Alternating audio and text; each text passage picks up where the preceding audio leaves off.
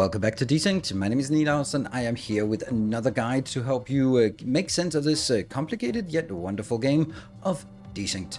So we built a few things, and maybe if you look at my base, you will sort of see some emergent pattern that has occurred, and I want to show you how to do that, why I've done that, and how you can build yourself. I am also including all the blueprints so that you can build it yourself. I think that's just making it a lot easier. This game is very much about having some cool designed blueprints, either sort of inspired and building yourself, or to just copy someone else's good idea and then getting in. So what I want to do is I want to show you this build module, but on top of that, I will also show you a solution to this problem. Oh, what is it? Like all these junk items being stuck in generic storage. I've had a lot of issues with this, but I finally found a solution. So that is what I'm going to give you as a bonus thing at the end. So let's start talking about what this is. This is a build module and it does one thing. First I will explain it in sort of very high level terms. It has an input here, then it has a distributor here, then it has all the factories around, and then it comes back to the distributor, and then it goes into the storage. So basically from the outside there's an input and there's an output, and then the module itself takes care of the rest. That is pretty damn neat, and that means works for every single one of these. I have prepared all the subcomponents here. So there's a requester, there's a storage, there is a distributor, there is a double fabricator, double assembler, double robotics, and double refinery here built. They are all available. They're available here into the factory modules. There we go. So if you're a Patreon supporter, you can just download these as part of the save game or the profile save on as that. So otherwise, we're going to go through it so you know exactly how to set it up, because even if you download the blueprints, you're going to need to know how to set it up. So we're going to start by building it just from scratch. The way I always do it, if we look at our modules or our city blocks, they're basically this size here. They are this size, 6 by 6. That's the building area we have available. So let's start looking at it from a blueprint perspective. Oh yeah, that's not how it works. That's not, it has to be built from here. Oh, factory module. Oh, that's so cool. It's like, I didn't even know that it would do that. Oh, that's so nice. Awesome. That just makes it so much better. We're going to start with the distributor here. What we want to do is make a better build for the energized plate. Energized plate takes forever to build, so it's probably a good idea to get a better build. I'm going to put this right, not there. Definitely not there. And good. We're actually... This is funny how I make it. Okay, we'll build it here. I don't like it here, but we'll build it here. There you go. It doesn't matter. It's just whether it's aligned towards the bottom or to the center. So this is like exactly in the middle, perfectly aligned. Then I'm going to get a requester module, get it here. I'm going to get a build module, storage block here. Then in this case, since this is going to be the robotics, we're only going to make it for the robotics. And here's the trick. You do not build all of them, you just build the one that you need, and that will be here. You just build one, and once you have the first one, then you can build the other ones as well. And what we have, we're just going to let these complete. So now we have one of each of the buildings we're going to need. So now we can start doing all the pairing up. This is the important part. We're going to start with the storage. This is where we designate what we want to do. So the only thing we need to do here is set the visual of what it is we actually want to build in this one. And I have decided that it's energized plates. I set that up to infinite. There we go. Now what happens is that it starts the program immediately. This program doesn't do much. It just says set the visual register to item to be produced. That's actually incorrect. This is a message for you that you need to set the visual register so that it will set the signal register. So if you set the energized place, it'll tell you how much space do you have available here for that, and that's going to be 160. I will, just for good measure, link all of these. So now we sort of work our way backwards, and this one is going to have having a signal reader. The signal reader will read from the storage, and then it instantly know that there's room for 160. Then it will issue commands for the two robotics to build 160. Okay, so this is how it is. Unfortunately, it will do separate requests for each of them, even though it doesn't need to do separate requests for each of these. Then it is the way it works. So what I would recommend doing in this case is to lock them in the beginning. So you lock them into the items that are coming in, and that will be here. And then the last one will be the output here, and then the last one will be locked. Now we can set it up here because it will not overwrite what is in here. That's a little bit of a kink, but that's how it is. Then you will set the storage location back to the distributor, and then this one's actually ready. There's another part about this, and that is the fact that our storage or requester and storage blocks, they are on signal or on channel number 1, while everything else is on channel number 2, and they are transporters only. So this means that anything that needs to be transported will be transported by the portable transporter. Even though this only has like range for one tile around it, it also covers the other tile here, because once it's in, it's in. Now we need to make a setup here, and basically we look at this location and say 6 and 2. Okay, so we try to get the same ratio for this part. This is where we request. And it has to be some multiple of 20. So 6 and 2 would be 120 of that and 40 of this. And then I take the other one out. And once that's done, request it and lock it. So now this will send out into the general network, request this. And then before we push it into the distributor, we also need to make sure that we lock some things in place here. When we do that, lock empty spot, not like that. Fix to an item. That will again be, we're going to need some of these, and we're going to get lock something else. That would be for that one, this and this, and then maybe I'll do it like this. Fix slot to the energized plate. So now we've locked these in place. We have also received all the items coming in. And this will just continue to request from the network. So a simple program here. Then I'm going to be pushing this into that location. And you can see immediately it pushes out here. And they get started on working. Then we also set the store location back here, so that anything that can come from here will be pushed into this storage location. But the only thing that can be pushed in is the energized plate. So this means that once an energized plate is made, then it'll be pushed out into this location. Very, very simple.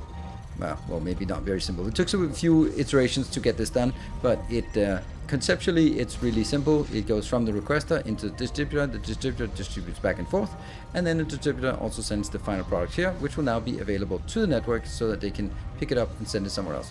At this point, all you need to do is just build some more of these. Here. And there we go. That is all that needs to be done, and then we can wait for this to casually come in here, and then we have a big factory. And so it is completed, and it took just about as much time to build all of this as it took to fill up the buffer here. But now it's producing one of the energized plates every 1.5 seconds. If you've been sitting and waiting for energized plates, you would be liking to see an energized plate coming out every 1.5 seconds. So that's really nice. 15 seconds to get those 10 that you usually need for, I don't know. I feel I need 10 for most of the things I build. Is that because it's robots? I think it's because it's robots that need it. Yeah, oh well. So this is now done. Everything is just hooked up. It just completely manages itself. The bots here, the logistics bots, will feed it in here, and it'll be available. And now we can actually deconstruct the old one.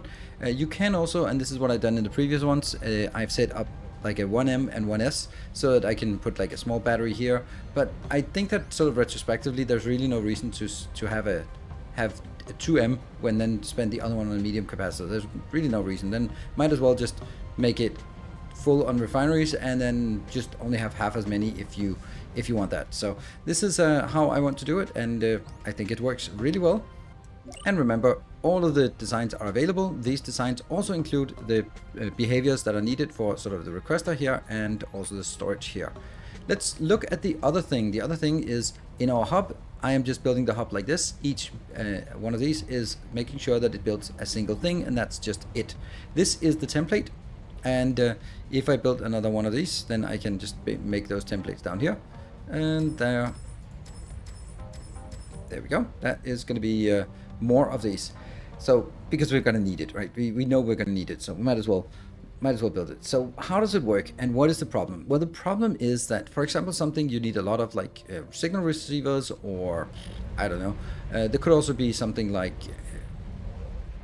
I don't know.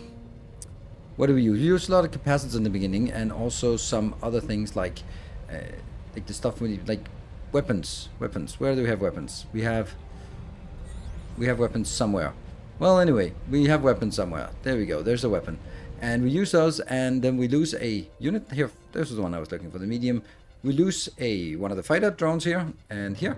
We lose those, and then we have to pick them up. But in the meantime, we start building. So when they come back with all the residual products, it sort of ends up being stuck here with lots of stuff just being in storage. And what happens then if, let's say, I need another portable radar. I don't know why I have so many, but I do. If I need another one of these things or capacitors, there is just as likely that they will come out from the hub and be result in another production as they will be coming out from here. So what you need to do is you need to make sure that the hub stops building if there's something somewhere else in the network. You can see these, some of them are red and some of them are black. The black ones are stopped because there is something else that's already available in the network. So you can see here, I have built a program that is saying count in network at 22. So then it shuts down. When it shuts down, you can no longer pick up and deliver to this location. That's really important that you're aware of this, because that means if you what I'm saying here is this parameter. Let's go and look at the program. It's quite simple, and I'll explain it, of course. So what does it do? It takes reads from parameter what to build. So what to build is in here. That is you can see that all we need is, if you look at a new build here, if you want to build something new and exotic, like a visibility module, I don't know, we're going to set it up like this, then it automatically sets it in as the what should it build module. It'll check in the network how many. It'll check, hey, this thing we want to build, how many are there in the network? Faction item count. How many are there in the network? Not placed inside unit, but in storage only. That is important. And if the answer is, or if the answer is something, then go on and go into a compare. In this case, it's none, so it doesn't do anything. But if it goes in here, and I guess we could do that, but there's no need for it. There. If there's anyone in here, then you compare it. If it's equal to or larger than the threshold value, and this is the maximum build, which in this case you have to set it to more than what is in here. So in this case we have to set it to 3. There. So this one, now it says, okay, as long as there is less than 3 in here, you keep it active. But in case there's more than 3, that means that there is something outside of the builder. Let's use an example that actually is the case here. This one's 1, 2, and then I set the threshold to 3. So if there's 3 or more, that means somewhere out here in the world, out here, there will be an item that is stored somewhere. And if we go here, we can see here we have 16 of them. There are 2 inside the building, that building, and then there are 2 inside this building. There, that they've been stored. So that means if we look at our hub back again, the hub should say, no, if you need another blight extractor, you don't take it from here, therefore it's shut down. You have to take it from the generic storage. And that means it reduces the amount of stuff in the generic storage by doing this way. And I think that is absolutely brilliant. So for example, also another one that I know we have a lot of that is miners, because we just somehow built a ton of miners. I have 21 miners in the network. So for the next many miners I need to build, they will of course be miners coming from the laser miners, but they will again be pulling in from the normal miners. These miners, they cannot pull from the production facility here because this one is shut off. So they have to take all of the stupid miners that I have placed or forgotten or overbuilt here. Like there's 5 of those here. Yeah, so a lot of miners that we have in there, then that means we are not going to continue to build it in our hub. And I just set it up for everyone. There is a template for it. This is the template. It says basically, you build whatever you want to build will also be set into the program, and it'll send to the visual register. And then you just set the value here. I'm setting it to 2 because, you know, for stuff like that has 3 components inbound, then you will need, as long as you have 2, then it's going to be fine. If it has 2 here, you set it to 3. If it's one of the rare things that has 3 items in here, then stored here, then you set it to 4. It has to be set to more than you have in here.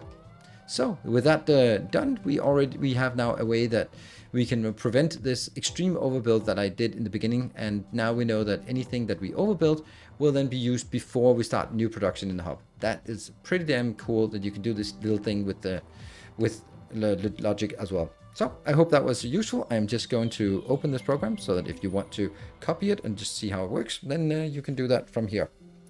So with that, thank you very much for watching. I hope this little guide was useful in order for you to now build more efficient factory blocks, factory modules, and also limit your production or your overproduction in your hub as well. Thank you very much for watching. Until next time, take care, and as always, stay effective.